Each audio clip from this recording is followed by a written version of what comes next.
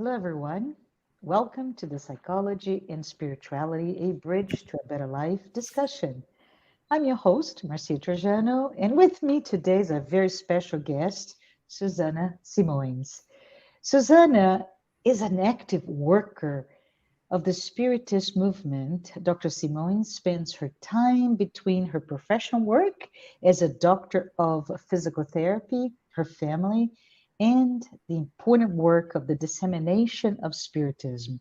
Suzana has worked as a member of the Spiritist Federation of Florida, the United States Spiritist Federation, and she's one of the founders of the Conscious Living Spiritist group in Miami, Florida, where she works primarily overseeing the work in English.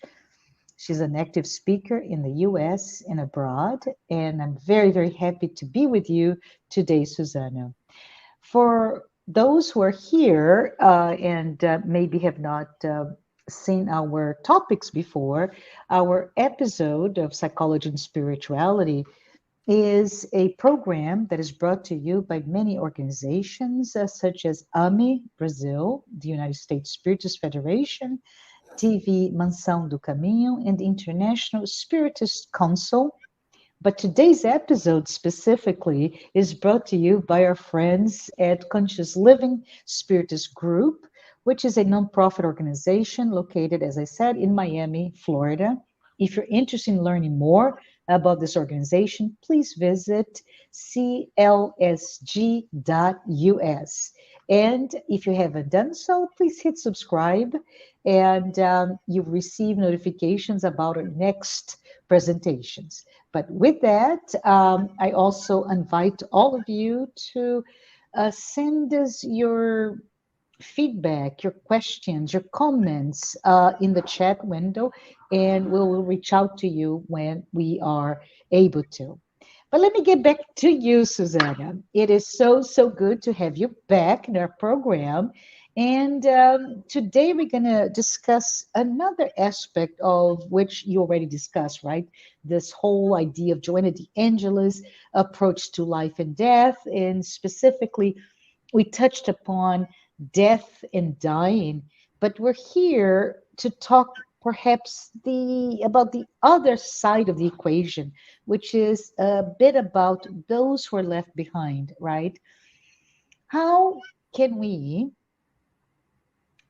should we in this manner deal with the loss of a loved one? Or, Susanna, how can we prepare ourselves, if you will, in this lifelong journey of detaching from this idea of, say, ownership? And what we mean by that is the concept that is almost inherent in all of us, in our existence, of owning, of possessing. And we do that with things, but we also extrapolate that with people, ideology, life cycles, right? And we just go through stages of grief, not only when we lose someone, but when we lose those things as well. So, in any case, before we start, Suzanne, and I'm going to ask you to go ahead and take the mic from me, but I know that you researched a lot of the information from today's conversation from the book Plenitude. This book is being written by the Joanna de Angelis in collaboration with Divaldo Pereira Franco, and it's available both in English and Spanish and Portuguese. So, Susanna, thank you so much, and please take it away. Hi, Marcia. Hello to everyone, to you, to everyone who is listening, watching this program. I'm very happy to be back. As Marcia mentioned, I was here before. We did talk for close to an hour about dying and leaving and looking at the meaning and the impact of these experiences. And today our goal is to go over a little bit of how we can, you're asking the question. I'm like, wow, there's so much to say. You ask so many different aspects. So I'm going to pick one so we can start, which is, I think, how do we prepare to kind of lose, right? Someone, we'll get to that verb in a little bit. but a lot of it has to do with the challenges of attachment, how attached we become to things, to people, to material life, and how it's important to practice detachment, whether we are looking into our own dying process eventually or dealing with someone, a loved one who is dying. And there are some actually really real challenges with Mm-hmm. detachment. One of them is that God, being the divine engineer, architect, artist, whatever you want to call it, right? Um, Created this physical body and added to our incarnation process the instinct of conservation. Joanna is going to talk about it. She talks about, she uses terms such as the imposition of the physical body. So that's one aspect that makes it very difficult for us to detach. The physical body is so dense, it's so coarse. When we are incarnated, our perceptions of anything outside of matter is extremely, extremely limited. And therefore, we lose sight of who we are essentially. That's one aspect. It becomes very difficult. You really have to make an effort, a cognitive effort, to think outside of the concrete, to bring that spiritual reality into your day-to-day living and experience of life itself.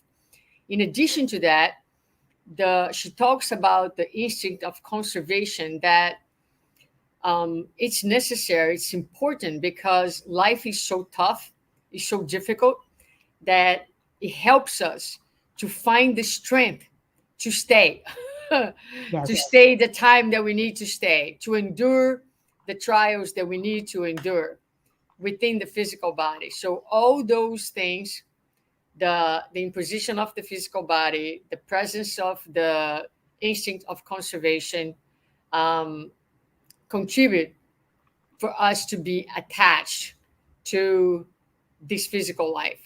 And then we start to perceive this life as the real life.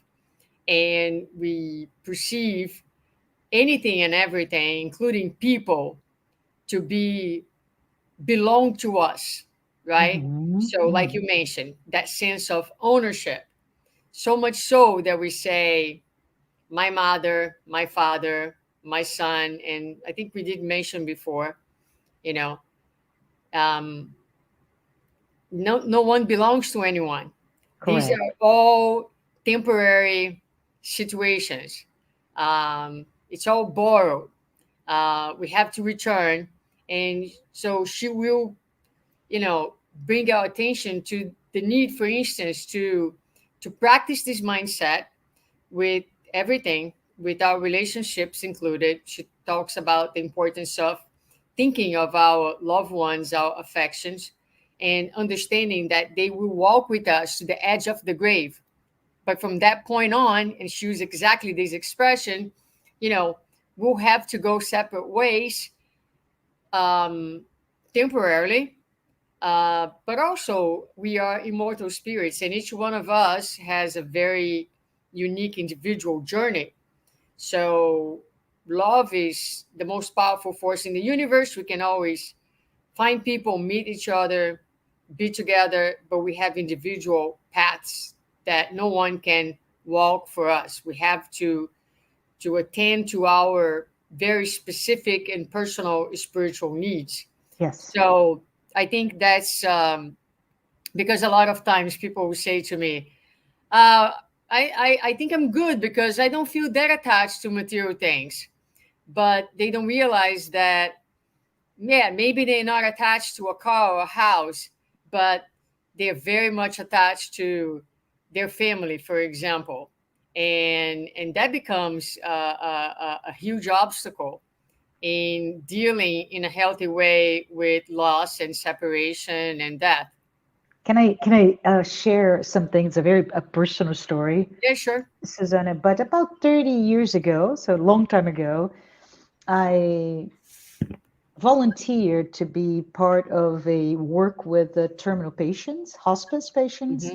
And to do that, we had to go through a strenuous training. And one of them was to deal with grieving and loss. And part of it, you should say, the training, they started with boxes of Kleenex, boxes, plural. And I'm like, what's going on here? And they went through this several hours actually, where we would progressively write down the name of something or thought process or whatever. And fiction, of course, we would lose it and put it in a pretend fire. And it was very interesting because each person, it was a group of people, but each person would go and start doing, but they kept putting up a notch, right? All the way till you lose your child. I Uh-huh. mean, you lost your pet, you lost your house, you lost your dog. I'm sorry, your car, you lost your job, you keep losing, right? Mm-hmm. And the further you do it, the harder it is. And some of us cried convulsively through that process. And I never forgot, of course, 30 years later, I'm still talking about it. But the fact is, am I ready to lose? No, I'm not. This exercise does not prepare me for significant loss Mm-hmm. when that occurs, but it awakens in us exactly how important this conversation is, how Right. important it is for all of us to start dealing and reflecting and understanding within ourselves how attached we are and why, in fact, we are so attached to things, people, etc., etc. Right. So I think it's very important, very timely, your discussion today, Suzana. But go ahead. I just the thought came to my mind as No, you're speaking I here. think that's great, and it brings to another topic that she Mhm, highlights, which is the frailty of life. Even when we're feeling the strongest, all it mhm. takes is touching the point of a very sharpened and infected object to really bring us down. And I speaking about personal experiences, this week I attended the funeral of the brother of a therapist that works for me, and Mhm. he died in a motorcycle accident at the age of Ah, 31. mm, And as I entered that funeral home, I found my employee. I mean, like she was like so incredibly devastated, and I have already spoken to her over the phone, and it's like we don't think that those things are going to happen. We like yes. Mhm, we don't conceive the idea of what is called premature losses, which you mentioned as well. And Joanna will talk specifically about that topic, um, but it just kind of highlighted to me again the importance of talking about those things, thinking about those things, and really how incredibly um, privileged we are to have all this information that, although will not remove the pain and the very difficult experience, because she does talk about it. She actually says there's no equal pain than the pain of the loss of a loved one. Her words, and she will mm, say um, that we need to do all those things that sometimes we become a little judgmental, but we need to cry. We need to talk about our loved one. We need to really undergo the grieving process, because it is that painful, it is that challenging for our humanity. But and even there's a, sorry to interrupt it, but I wanted to hear your thought. My apologies, but it's also maybe important to think beyond the process. There is that catharsis that goes through with just, right, just pour your pain and your sorrow through the grieving process.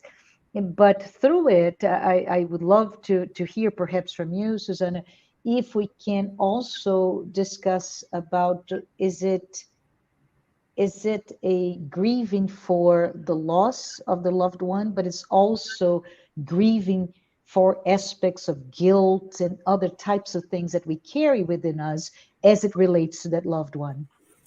Yeah, I mean, grief is always complex. It's never Hmm. black and white, right?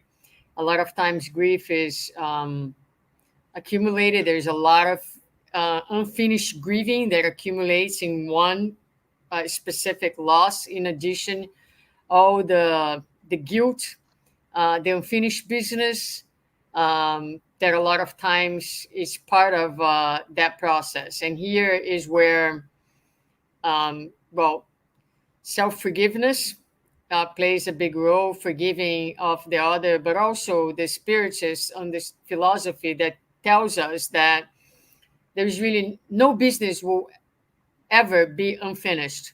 Um, Sooner or later, life will bring the opportunities for all business to be taken care of. So it's a matter of time. And even when our loved one is on the other side, we still can continue to work on the business because although we are separated physically, we remain connected mentally and emotionally. So, whatever work you want to continue to do within yourself is healing the relationship, even though the person is not right there in front of you. So, it's kind of cool that way because it, maybe ends the relationship as it was in that level, but it continues in a different level and in different ways. Can So, I add something else to it? Because as yeah. you're talking about it, I love it. I love that you're saying this. But just for our audience, some of the tenets of Spiritism, and Susanna is a Spiritist, as we talked about before, as we introduced her. But some of the tenets, in addition to the belief in reincarnation, right, Susanna, which also is the belief, inherent belief in life, it's one life, but existence after existence after existence. So the continuum in one life, but many deaths and many births.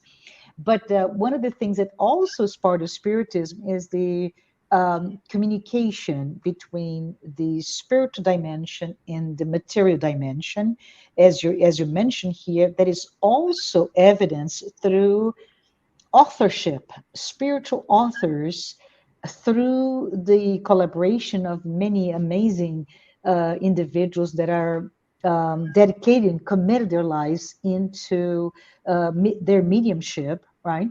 But one of the items that just popped in my mind now, Susanna, was a tiny little book. It was one of the probably one of the first books that I read as a young person, a spiritist book, which is an account by this 19-year-old young woman who passed on. She disincarnated.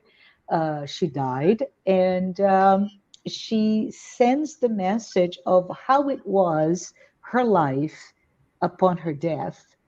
I don't know if you read the book Violets in the Window. Hmm. It's really cute. It's very accessible, but it's beautiful because it really talks about what you're saying here, Susanna. That elaborate and meaningful and long-standing relationship between those who go, in the case, the spirit, I think her name was Patricia, and those who left behind her parents, right? And how that relationship of love, in many cases of other types of emotions, continue throughout that separation, temporary separation through death of the corporeal body. Yeah, she used an expression that's interesting. She says that that is part of the trials of love. Hmm. So, it gives us an opportunity to expand the concept of love. So, love beyond the material, love for eternity, love that is, we coming to our families in specific relationships or have different relationships throughout lives, but at the bottom of every single one of them, the higher purpose is for us to learn to love one another as brothers and sisters under God. And so these temporary separation is a trial for our love. A lot of times love will grow, love will expand, love will take different angles, add different angles to it, you know. And so it's kind of a beautiful way that she puts it. And she will say that, you know, again, no one belongs to anyone. So that's something important for us to keep in mind. But also, one of the things that she will say can help softening the pain of loss is gratitude. So it's when, you know, in thinking of our loved ones and going through the grief process, we can connect with the gratitude for having that person, for having that love in our lives, for the time that that person was with us, and everything that we learn and everything that we witness and everything that we exchange. And let that awareness and that love fuse you and be transformed into this deep sense of gratitude, that instead of walking each day in despair, in emptiness, you actually fill the cup some with the gratitude and the wonderful memories that actually help you shape you into who you have become, and will continue to live through you in everything that you do and in the contributions that you make to life. That person, that loved one, is with you in that way. So she talks about the importance of developing this sense of gratitude, and that how that helps in dealing with this difficult loss. Mhm. How do you do that, Susanna? How do we develop this sense of gratitude? Yeah, Just to plug in, I don't know if you read this, but Joanna de Angelis has published, I think it was the last book in her psychological series called The Psychology of Gratitude, right? And it goes really deep in many different topics. yeah, But I love just for it. you to take it away, right? How do we develop gratitude? Is this something? Is it a muscle, if you will, that we develop, or is it something that is just within us? No, we develop. It develops just like love can be learned and develops as well. So is gratitude. And this is an outstanding book from Joanna. And she, the very beginning, will define gratitude, making a difference between just being grateful for something received with this level of gratitude that Mm. is more Transactional, right? visceral. It's Yeah, visceral. yeah, It's okay. like, you know, Hmm. and it comes from an understanding of what life is in essence, and coming from an understanding and a certainty that God in life is always, always conspiring for our betterment. I So love it. I love it. Yeah. whatever comes your way is there to make you, to promote, to develop, to unveil the light within.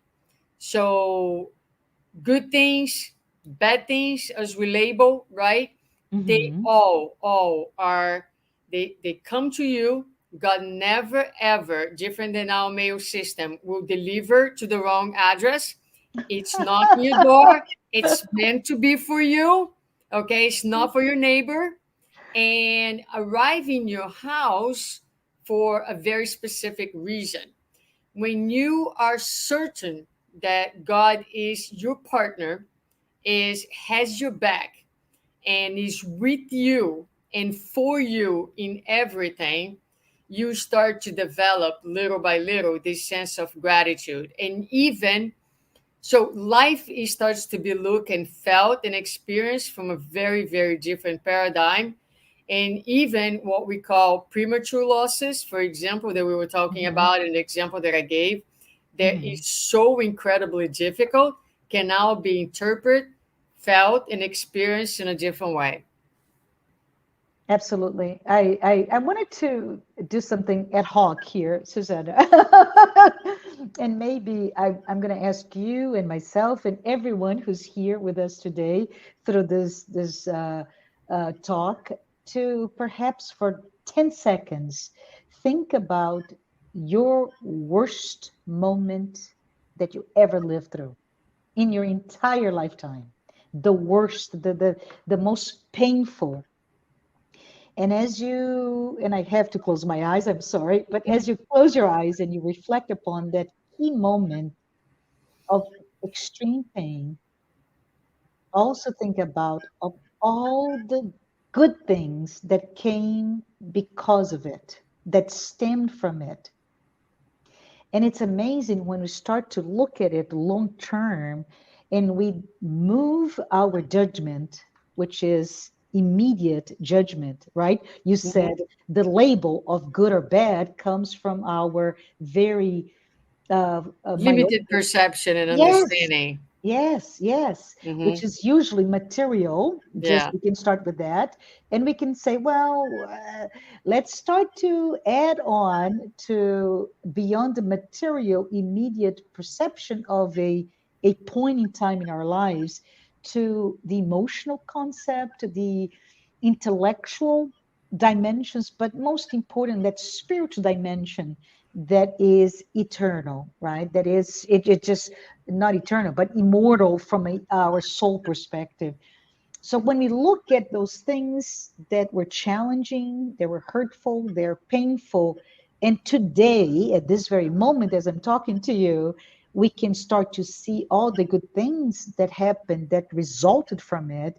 We start to also see the pain of loss equally, right? Hmm. We start to take away, remove the veil of our own judgment, of our own limited perception, as you put it, Susanna, to something that there is suffering involved, but how can we somehow shift that paradigm into something that is not sad so much, but it is just part of that life cycle, that cyclical nature of our life cycle as eternal and not eternal. I keep using the wrong term. Immortal Portal. souls. Yeah.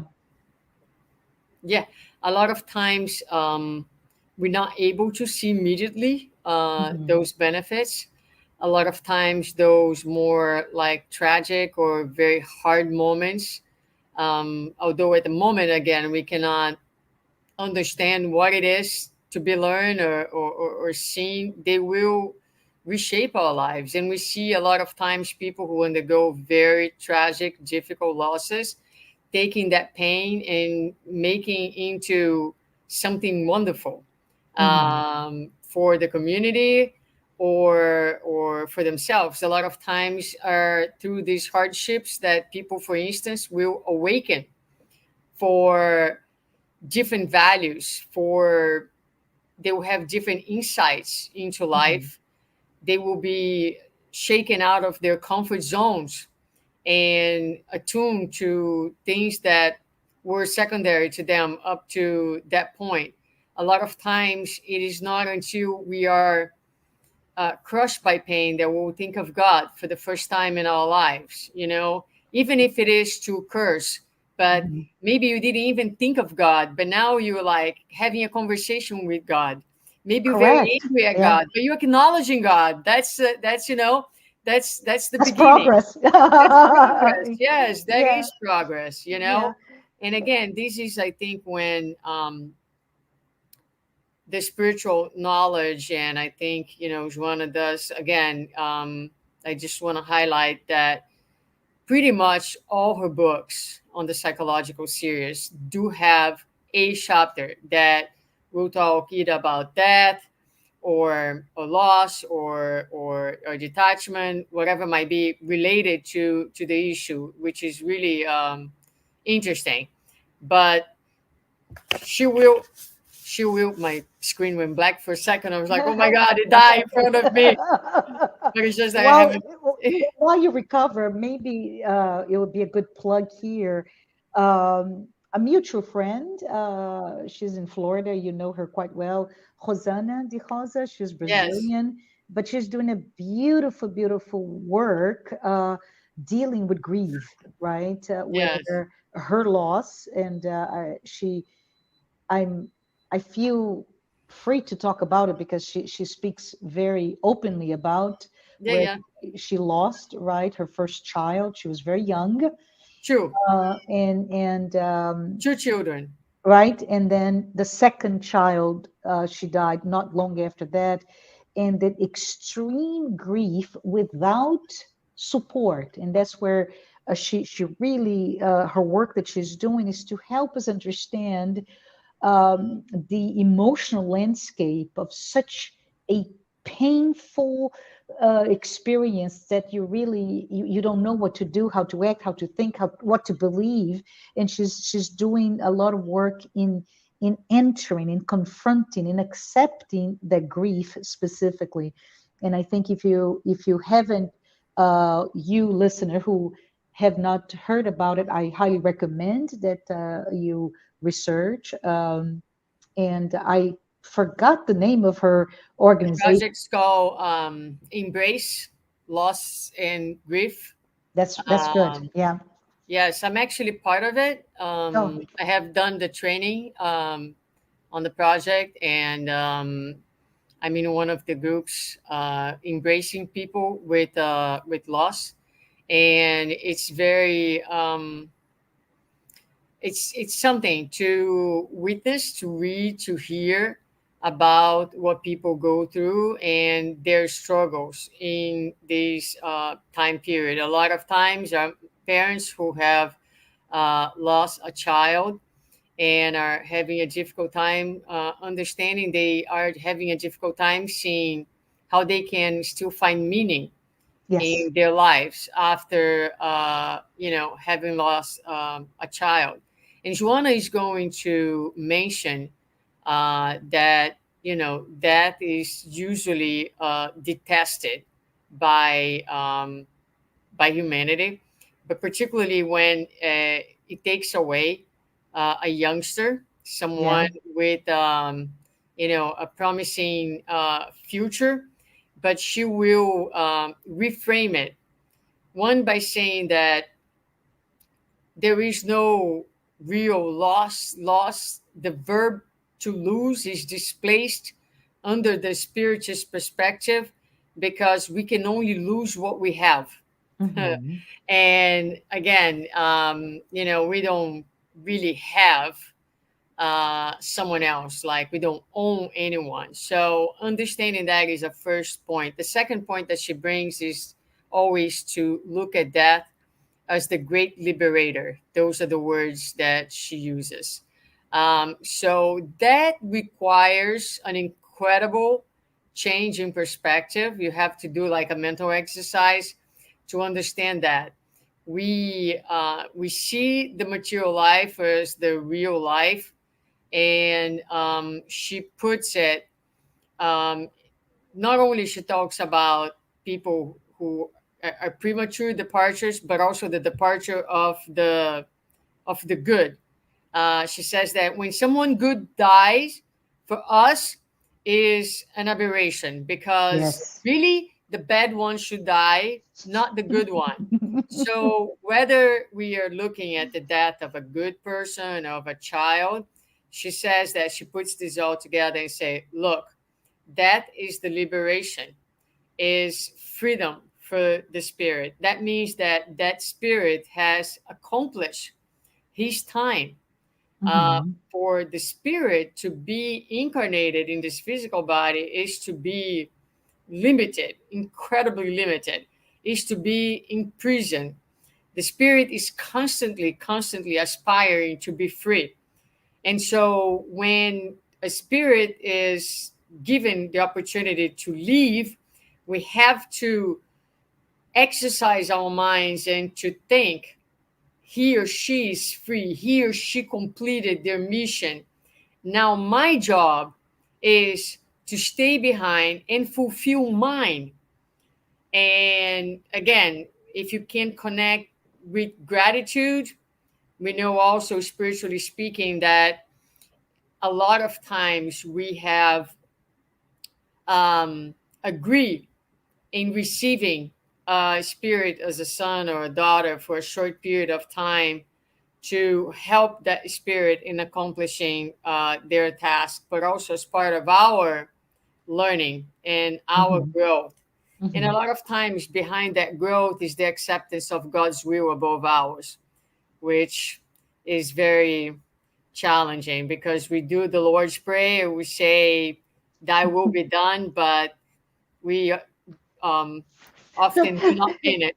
I We know it's say it. terrible, We want but life to it's go our way. Yes, yeah. yes. Let's Again, be truthful here, right, Suzanne? yes, and Yeah. again, it's I don't mean to. I think one thing that Marcia that I would like to say and Mm, make it very clear to anyone who might be listening is whatever pain you undergo and whatever feelings you have, they are valid yes. and they are important. The goal here is not to diminish and to invalidate anyone's experience.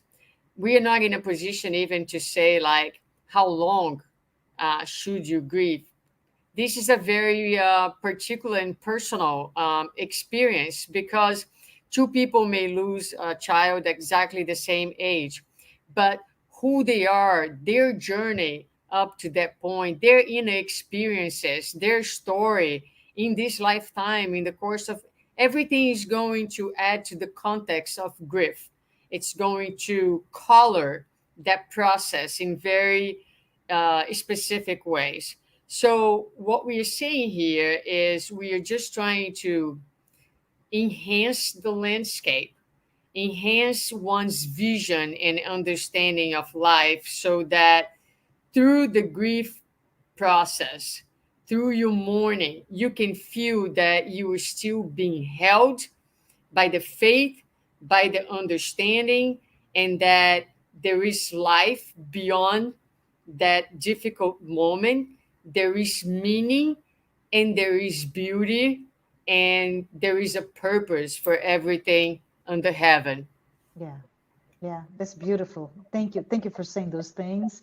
And I want to echo those words. This is not to diminish by any means. I think in listening to our friend Hosanna in her project, that's exactly what she brings about. Let's listen to the pain. Let's honor the moments of grief because they're critical. But let's also help you in I'm putting words in her mouth, help you navigate this sea of emotions that can be just too overwhelming for you to just wake up and be functional again.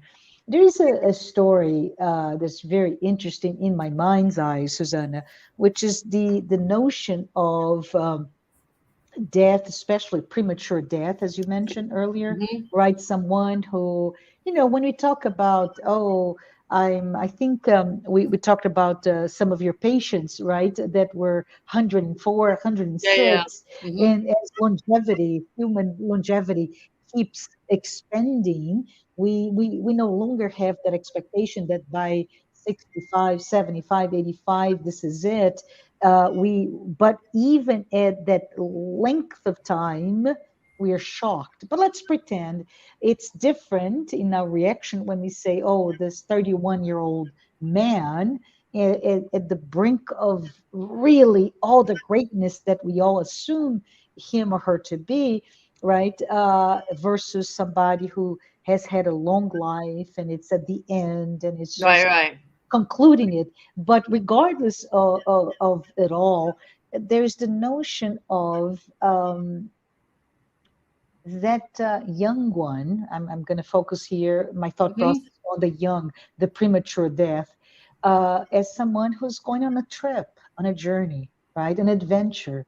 And let's say I am the young one. I'm not young, but let's pretend I am, and I'm going to, I don't know, to Antarctica for an expedition, and I have so many fears of my own to get there. What am I going to eat? How I'm going to stay warm, etc., etc. But for those who are left behind, if they just despair over the possibilities and risks inherent of that expedition, it will add to my anxiety instead of helping me traverse, help me overcome my own anxieties. And I think that's what we're talking perhaps a little bit about, the process of dying and the process of losing someone. We're not losing anyone. Yes, we're We're not.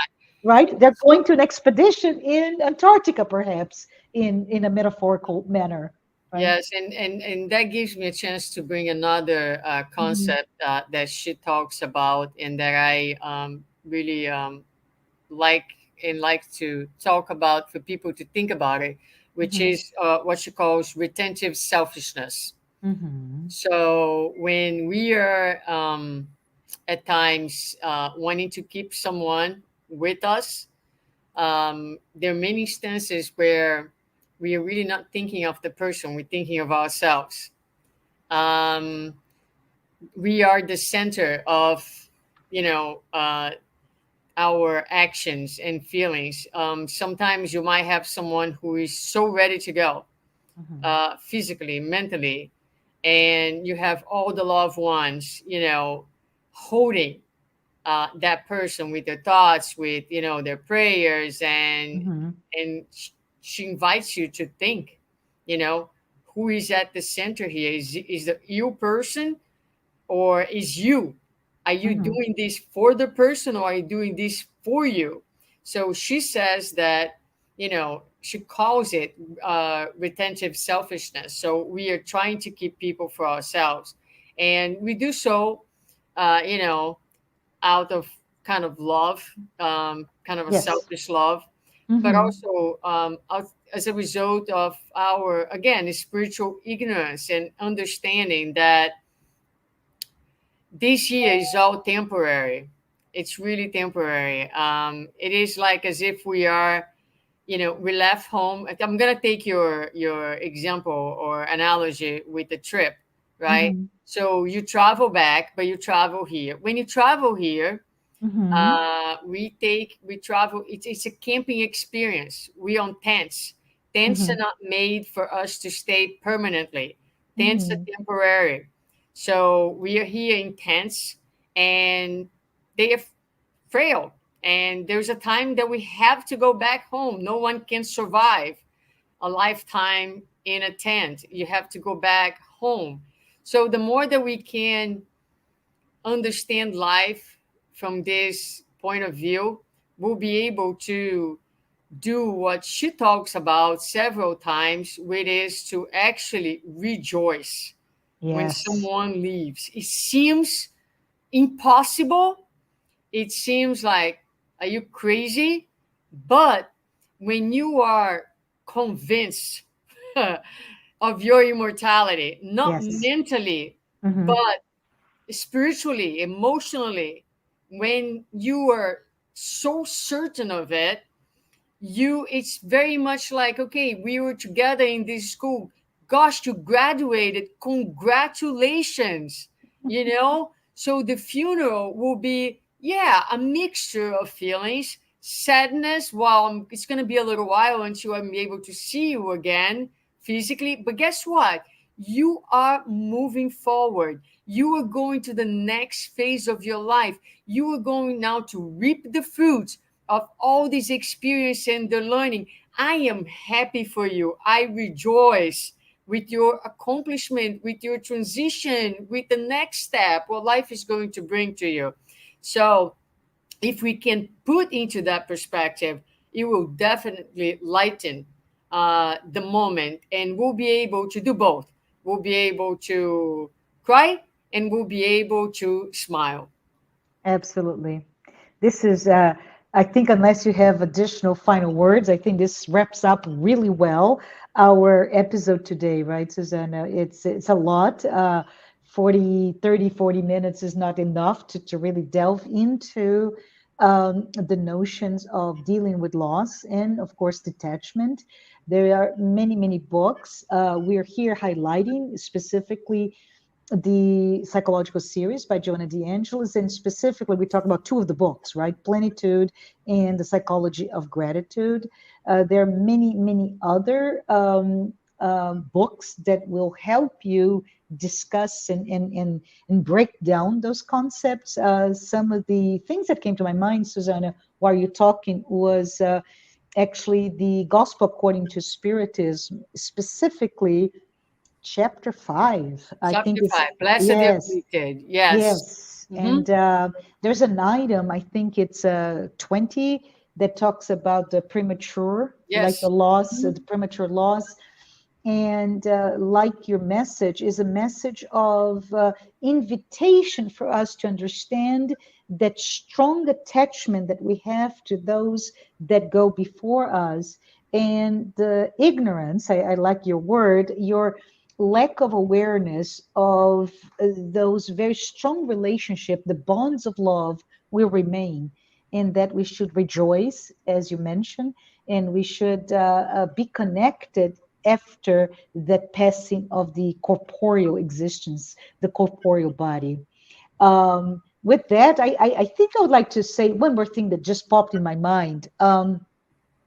For you, Susanna, that is working with Rosana de Rosa in her foundation, congratulations.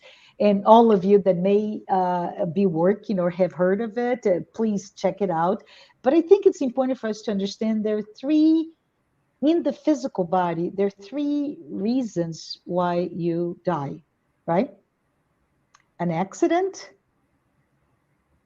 old age, your organs start to just slowly fail, or a terminal illness, something that will prolong through time, will start to interrupt, degenerate your life source until its death. And of those three, two of them are easier on those who stay behind. Old age, right? And Mm-hmm. that terminal disease. But it's really, I think I love your concept. I think it was called selfishness, the retentive Retentive selfishness. selfishness. Yeah, and with that, it's like, well, if it was premature and it was an accident, maybe it was actually easier for the spirit who is disincarnating because it was abrupt and done versus the long-term potential long-term suffering of Right. losing the youth and losing the health of your body until it's time to move on. So I think with that, I just say, let's think about it. Let's see, is it easier for me? But how can I make it easier for that spirit that is moving on into that expedition to Antarctica, metaphorically speaking again, and how we can enhance that experience of the departing spirit by being linked and wishing him, her well, and at the same time, managing our sorrows and our losses in a way that promotes that sense of gratitude for everything that person brought to us in our experience, this experience. But with that, Susanna, do you have any parting comment? No, since you brought up the gospel, I will end bringing another concept that we find there that I think is very consoling, which is, and I do not know, it's not on chapter 5, but I can't um, tell you exactly where it is right now. But it talks about that for the spirits who love one another, there's no such thing as time and distance, that the Love it. spirits will find themselves in the universe. There's no barriers for love ever.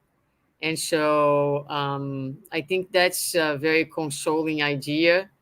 It's true whether we are all discarnated or one incarnated and the other discarnated, because every night we sleep, Yes. and when we sleep, we leave our bodies, and the ones who love one another will look for each other. And quite often, when we come back and have dreams, those dreams are a manifestation or a reflection of the time that we have spent with our loved ones. And we did so because they are not lost and they are very much alive. Awesome. Thank you. Thank you, Suzana. Thank you, everyone who's been with us for the past several minutes. And with this, we close with this message, beautiful message of love. Love will break distance and time challenges. It's that the most powerful thing that we have at our disposal. But with that, I'll see you next time. Thanks, everyone. Thank you.